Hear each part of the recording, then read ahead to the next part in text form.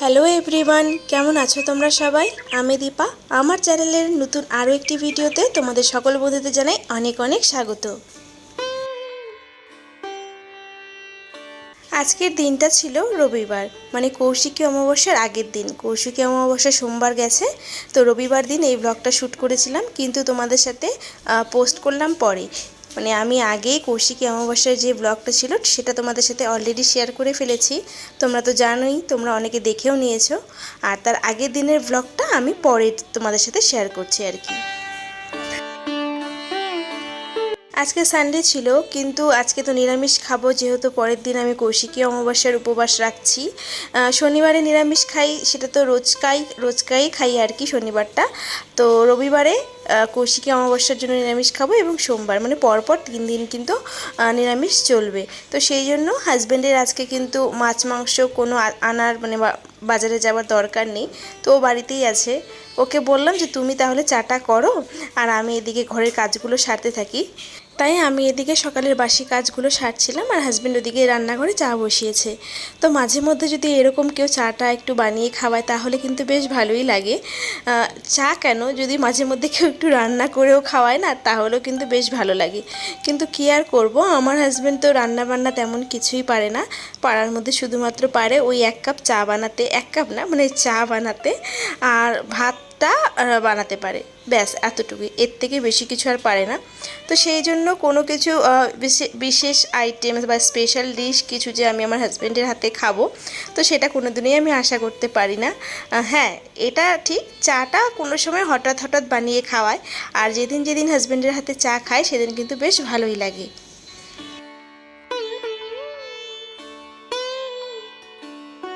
তো চলো, আমার ব্লগ কন্টিনিউ চলতে থাকুক, আর তোমাদের সাথে কিছু কথাবার্তা বলতে থাকি অ্যাজ ইট ইজ, যেমন রোজ আমি করি। আমার ব্লগের সাথে সাথে ইউটিউব সম্বন্ধে কিছু জরুরি আলোচনা কিন্তু আমরা করি। তোমরা যারা আমার পুরনো ভিউয়ার্স আছো তারা তো জানোই, যারা রেগুলার ব্লগ ফলো করো। আমি কিন্তু শুধুই ব্লগ দেই না আর কি, ব্লগের মধ্যে কিন্তু অনেক ইনফরমেশন থাকে। তো আজকের ব্লগে যে ইনফরমেশনটা দিব সেটাও কিন্তু খুব একটা গুরুত্বপূর্ণ ইনফরমেশন। এই ধরো, এই যে তোমরা কমেন্ট বক্সে এসে লিখে যাও, দিদি সাপোর্ট করো, আমি তোমাকে বন্ধু করেছি, তুমিও আমার ঘরে এসো। এই নিয়ে আমি বহুবার আলোচনা করেছি যে এই ধরনের কমেন্টগুলোতে কি হতে পারে আর কি।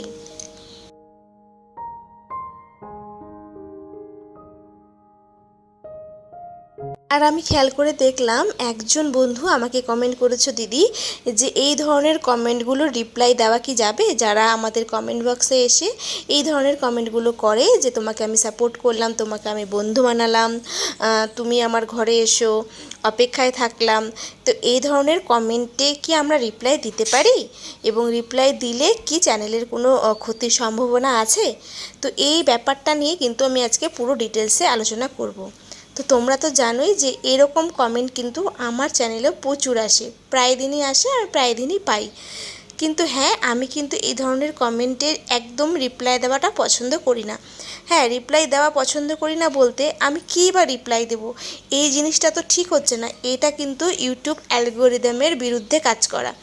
মানে সমস্ত জায়গায় যে কোনো প্রফেশনই হোক, সেটা স্কুলিং হোক, পুলিশ হোক, ডাক্তার হোক, সমস্ত জায়গায় কিন্তু একটা নিয়ম থাকে। সেই নিয়মটা ফলো করা কিন্তু যারা ওখানে কাজ করে তাদের কিন্তু কর্তব্য।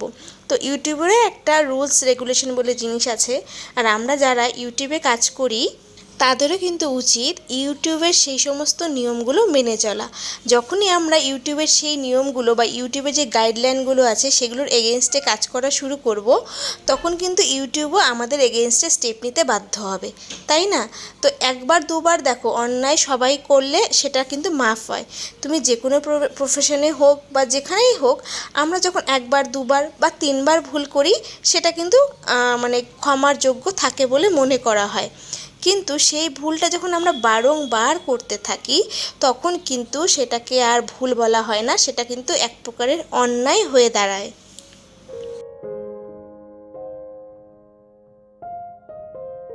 আর আমরা সবাই জানি অন্যায় কখনো কিন্তু ক্ষমার যোগ্য হয় না, অন্যায় করলে কিন্তু তার পানিশমেন্ট পেতেই হয়। তো ইউটিউব আমাদের কিভাবে পানিশমেন্ট দেয় সেটা একটু বলি। ইউটিউব আমাদের পানিশমেন্ট দেয় হচ্ছে আমাদের এই ভিডিওগুলোকে প্রমোট করে না। মানে হয়তো পার ডে তোমার ভিডিওটা 50 জনের ঘরে পাঠাতো ইউটিউব, মানে 50 জন ইউটিউবের হোম পেজে দেখাতো, সেখানে গিয়ে কিন্তু 5 জন হয়তো কমিয়ে দিল।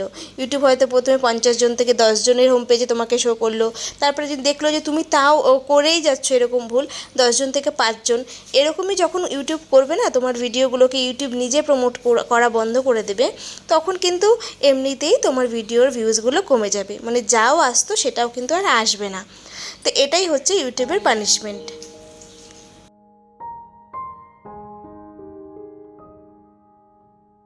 তো সেই কারণেই কিন্তু আমি বারবার করে তোমাদেরকে এই ধরনের কমেন্টগুলো করতে বারণ করি, ঠিক আছে? তো এটা তো আমি অনেকবার বলেছি, এখন বলি যারা আমাদের চ্যানেলে এই ধরনের কমেন্ট করছে সেই কমেন্টের রিপ্লাই কি আমরা দিতে পারি? হ্যাঁ, রিপ্লাই আমরা দিতে পারি, কিন্তু তোমাকে লিখছে তোমার বন্ধু হলাম, তোমার পাশে থাকলাম, তুমি আমাকে সাপোর্ট করো, তুমি কি লিখবে যে হ্যাঁ আমি তোমাকে সাপোর্ট করেছি? এইটা কিন্তু লেখা যাবে না। বা হ্যাঁ আমিও তোমার বন্ধু হয়েছি, এগুলো কিন্তু লেখা যাবে না। আমি একবার বলছি, এগুলো কিন্তু লেখা যাবে না। তুমি লিখবে যে হ্যাঁ থ্যাংক ইউ, ব্যাস এতটুকু, বা লেখারই দরকার নেই। আমি কিন্তু রিপ্লাই দেওয়া পছন্দ করি না, আমি কিন্তু নিজেও রিপ্লাই করি না।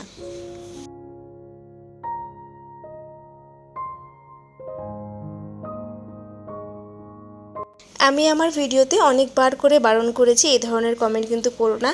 যে করছো তার ক্ষতি তো হচ্ছেই, সাথে যার কমেন্টে গিয়ে করছো সে হয়তো না বুঝে তোমাকে বলছে যে হ্যাঁ আমিও তোমাকে সাপোর্ট করে এসেছি। তো যারা জানে না তারাও কিন্তু এই ধরনের কমেন্টগুলো করবে তোমারটা দেখে দেখে। তো এর সাথে তোমার নিজের চ্যানেলটা তো তুমি ডেট করছো, সাথে অন্যের চ্যানেলটারও কিন্তু ক্ষতি হচ্ছে।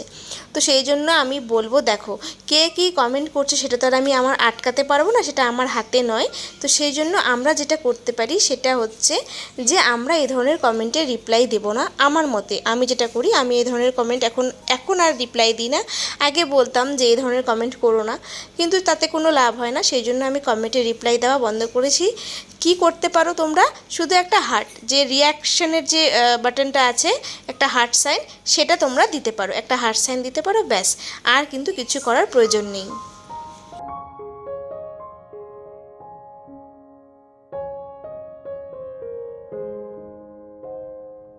তো তোমাদের সাথে কথা বলতে বলতে আমার অনেক দূর কাজকর্ম হয়ে গেছে, স্নানটাও সেরে নিয়েছি।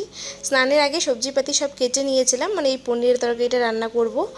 তো এখানে দেখো পনিরটা মালাই পনির টাইপের করেছি আর কি, যেহেতু নিরামিষ, এবং কালকের এবং আজকের একবারে রান্না করে নিয়েছি। কাল যেহেতু মানে সোমবারে যেহেতু কৌশিকী অমাবস্যার উপোস থাকবে, সেই জন্য ভাবলাম পনিরটা একবার একটু বেশি করেই করে নিই, কালকেও হয়ে যাবে।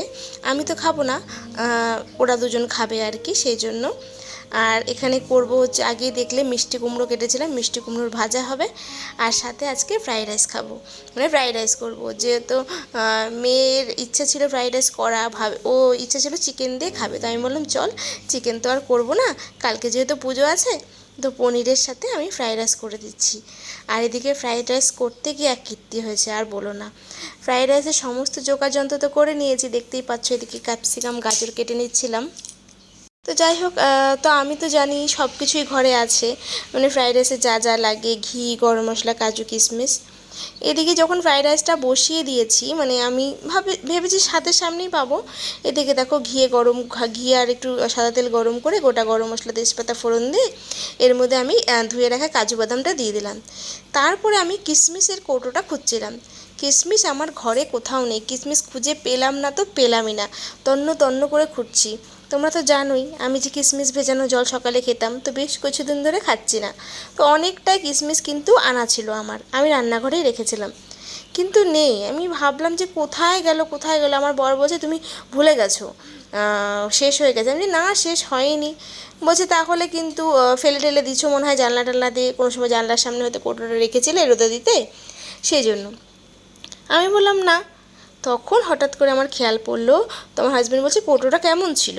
তাই আমি বললাম কৌটোটা এরকম এরকম ছিল, ছোটো ধরনের কৌটো, সেটা কিন্তু আমি নীল রঙের মুটকা। তো আমার হাজব্যান্ড বলছে সেরকম একটা কৌটা তো আমি ড্রেনের মধ্যে পড়ে থাকতে দেখেছি, মানে আমার জানলার নিচে, রান্নাঘরের জানলার নিচে যে তোমার ইয়েটা আছে, তার নিচে পড়ে থাকতে দেখেছে। তার মানে বুঝলাম। তো যেহেতু সানডে ছিল সেই জন্য কিন্তু মেয়ের ডান্স ক্লাস ছিল, মেয়েকে ডান্স করিয়ে নিয়ে ওখান থেকে আর কি বাজারে যাব। তো বলি আমার কিশমিশের কোটাটা কী হলো, কিশমিশের কোটাটা আর কি বাদরে নিয়ে গেছে আমার রান্নাঘরে। একদিন মনে হয় ঢুকেছিল, আমরা সকালবেলা ঘুমিয়েছিলাম, একদিন 2-3 দিন আগে বাদর এসেছিলো, মানে বাদরের এক পাল, সে প্রচণ্ড সারা বাড়ি জুড়ে উৎপাত করেছে, আমার জানলা দিয়েও ঢুকতে নিয়েছিল। তখন আমি বুঝতে পারলাম তাহলে বোধহয় আমার ওই জানলা দিয়ে ঢুকে, রান্নাঘরে জানলা দিয়ে কিশমিশের কোটোটা নিয়ে গিয়ে কিশমিশ খেয়ে দিয়ে কোটোটা ফেলে দিয়েছে, এটাই বোঝা গেল আর কি। তো যাই হোক, এখানে দেখো টুকটাক দশকর্মা ভাণ্ডার থেকে বাজার করলাম। আর কৌশিকী অমাবস্যাতে মাকে যে শাড়িটা দিয়েছিলাম মা কালীকে, তার জন্য এখান থেকে শাড়ি কিনেছিলাম। তো এই তো টুকটাক জিনিস কিনেছিলাম। আর হচ্ছে দশকর্মা ভাণ্ডার থেকে ওই যে পঞ্চমুখী হনুমানের ছবি, কর্পূর, এগুলো কিনেছিলাম আর কি। তার সাথে মেয়ে বলছে যে ওর পুজোর জামা কেনা হচ্ছে না, সত্যিই তাই, ওর হাফ ইয়ারলি এক্সাম শুরু হয়ে গেলে কিন্তু আর বাজারে বেরোনো হবে না, পরের দিকে কিন্তু বাজারে ভিড়ও হয়ে যাবে। তো ভাবলাম বাজারে যখন বেরিয়েছি তো চলো না একবার দেখিয়ে নিই ওর জন্য পুজোতে কি নেওয়া যায়। যাই হোক, একটা তো জামা দিতেই হবে, তাই না? তারপরে দেখা যাক, একটা কেনার পরে যদি আরও দেওয়া সম্ভব হয় পরে দেখা যাবে। তো এখানে দু একটা দোকান ঘুরে এই দোকানে এসেছি। আর আমার হাজব্যান্ড বেশি দোকান ঘুরতেও পছন্দ করে না। এখানে দেখো আমি তো অত ভিডিও করতে মানে হই না, স্বাচ্ছন্দ্য বোধ করি না বাজার টাজার গেলে, খুব মানে আস্তে আস্তে ভিডিও করে লুকিয়ে লুকিয়ে বলতে পারো। তো এখানে দেখো জামাগুলো দেখাচ্ছিল, আর তার মধ্যে কিন্তু এই যে দেখতে পাচ্ছ ব্লু ব্লু কালারের, কি বলবো, গ্রিন গ্রিন টাইপের, এই জামাটা আমাদের পছন্দ হয়েছে, কিন্তু দামটা খুবই চাচ্ছিল। তো এই দাম দর চলছিল আর কি। আমরা ঘুরে আবার এসে কিন্তু এই জামাটাই কিন্তু মেয়ের জন্য নিয়েছি, মেয়েরও পছন্দ হয়েছে, আমাদেরও পছন্দ হয়েছে আর কি জামাটা। তো পরে না হয় একসময় তোমাদেরকে দেখাবো জামাটা, এই যে দেখতে পাচ্ছ উপরের জামাটা, সেটাই। তো আজকের ভিডিওটা এখানেই শেষ করছি, টাটা।